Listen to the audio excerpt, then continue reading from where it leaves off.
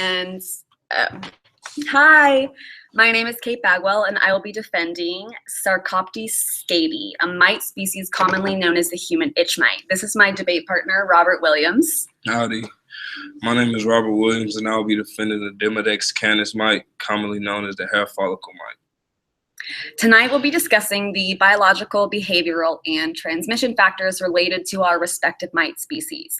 Our debate focuses on which of the two species are more difficult to control and mitigate. Kay's gonna begin with the opening statement about the Sarcoptes scabi is the more difficult of the two to control. I'll be following and taking opposite position as I argue for the difficulties of the Demodex canis infection and its spread. I'll begin my opening statement. Sarcoptes scabi, the human itch mite, is a parasitic arthropod that has been known to infect over 30 host species. The most pertinent threat of this mite lies in its ability to infect humans with scabies, a contagious skin infestation. Transmission of Sarcoptes scabi most commonly occurs through direct transmission, when an adult female burrows into the top level of skin and then she deposits 2 to 3 eggs each day for 1 to 2 months, or her entire life cycle, which is about 2 months.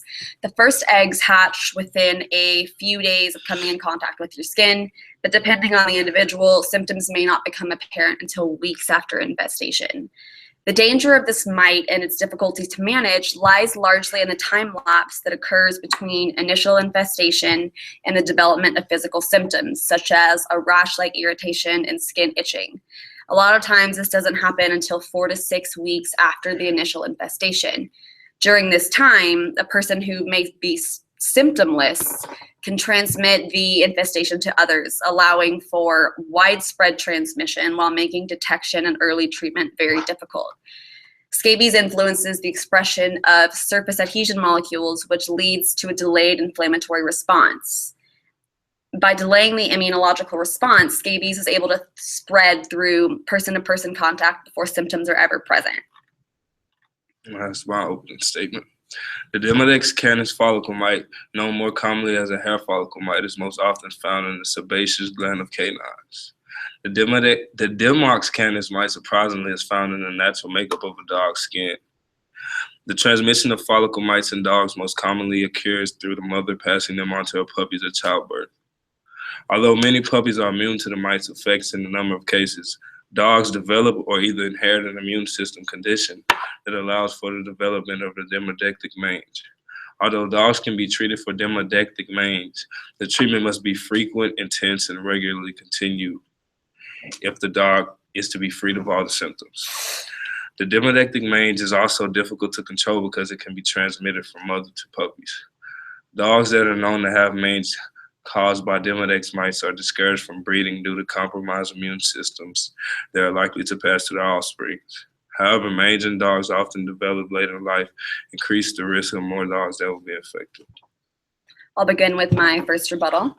Although you are correct that demodectic mange can be difficult to detect, especially in dogs who may have compromised immune systems but have not yet allowed the mites to proliferate, the Demodex canis mite affects a much smaller population of the world than does Sarcoptes scabi.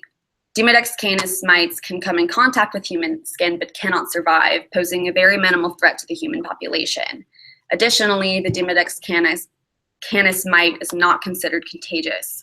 Transmission almost always occurs between a mother dog and her puppies, like you said, and a large percentage of puppies do remain immune to the mites, and they proliferate only if and when the animal's immune system is compromised. I will begin my rebuttal. The transmission of demodectic mites does occur from mother to her puppies. But if the mother is unknowingly suffering from a compromised immune system, when she gives birth, she will pass it along to every one of her offspring. In this case, all of the puppies would have a high likelihood of developing mange. Additionally, treatment for demodectic mange often lasts for the remainder of the dog's life, if they're to live comfortably and without irritation. Mange often causes the dog extreme discomfort and pain, and usually results in severe external symptoms, in contrast to Sarcoptes scabi, which is treatable with prescriptions, over-the-counter medication, and only requires 1 to 2 treatments. An owner must be diligent with the dog's health for the rest of his life. Although scabies is often fairly easy to treat in humans once it's detected, a lot of damage can be done before the symptoms start to appear. Once an impregnated Sarcoptes scabies female burrows into your skin, she will immediately lay eggs, and then soon after becoming fertile for the rest of her life after mating only one time with a male. She will search the surface of your skin for a permanent burrow in which she will lay eggs daily, 2 to 3 a day, for the rest of her adult life. Many people develop severe allergic reactions that take a while for medicine to relieve. There are roughly 3 million cases of scabies that occur each year, and no vaccine is currently available. Scientists are still working on a cure for scabies with no preventative measure yet developed. Well, in my opinion, it is much easier for a human to complain of itching and irritation than it is for a dog to alert a caretaker of his discomfort. Often, mice may be initially treated as fleas, and a medication prescribed by the vet does very little to treat the origins of the disease as well as its internal symptoms. Because the immunological compromise that allows for the proliferation of mites is hereditary, there is no cure for prevention for mange that currently exists. Dogs all around the world are infested. Although Demodex mites only tend to infect one host species, many beloved household pets are infected each year, not to mention the large number of dogs in shelters suffering from mange, preventing them from adoption.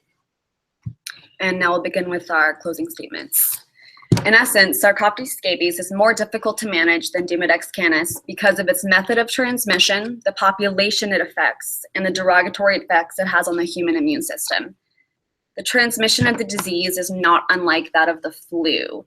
Although not airborne, scabies are spread very easily through direct contact, and as I previously stated, individuals infested with scabies are often unaware of their condition until they have passed the infection on to others. Bedclothes, clothing, dishes, furniture must be washed to ensure the cleanliness and safety of the individuals as well as the affected person.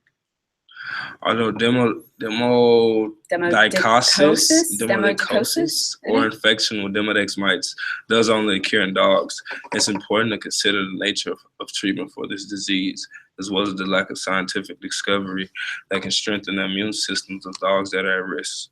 Unlike in humans, treatment for demodectic mange in dogs often lasts for the rest of their lives. Symptoms are uncomfortable for the dogs, manifesting as lesions, extreme hair loss, dry, red skin, and an overall unhealthy appearance. These mites are also difficult to see with the naked eye, unlike ticks, so detection by a human is often difficult. Treatment is most often lengthy and expensive. Amitraz dip, just to name one, must be applied every 2 weeks. These factors alone consider Demodex canis is more difficult to mitigate and manage. Thank you. Thank you. Bye. Hope you enjoyed.